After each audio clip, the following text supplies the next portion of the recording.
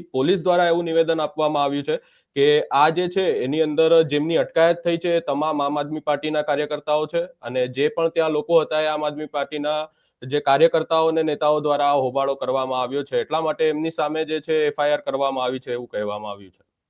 હું તમને થોડુંક ભૂતકાળમાં લઈ જાઉં. હું એમ કહું છું હમ કે એપીએમસી માં અમે પંચાયત કરવાની વાત કરી તો ત્યાં તો હમ બેરિકેડ આખો કાફલો ખડકી દીધો, કોઈને આવવા ના દીધા, જે અંદર હતા એને તો તાળું મારીને બંધ કરી દીધા કિસાનોને.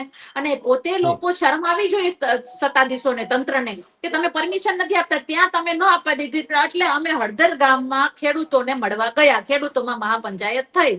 તો સામાન્ય હમ રીતે પંચાયત ચાલુ હતી. તો એ પંચાયતમાં પોલીસે આવીને દખલ અંદાજી કરવાની જરૂર શું હતી? કોના ઈશારા પર આવ્યા? કયા ભાજપના આકાઓએ મોકલ્યા હતા? કયા ભાજપના હમ આકાઓએ એમ કીધું કે જાઓ તમે હળદર ગામમાં? હળદર ગામ નાનું એવું ગામ છે, શાંતિથી અમે લોકો ત્યાં કામ કરી રહ્યા હતા, વાત મૂકી રહ્યા હતા, સોશિયલ મીડિયાથી અમારો અવાજ લોકો સુધી પહોંચી રહ્યો હતો. તેમાં એના પેટમાં તેલ કેમ રેડાય છે?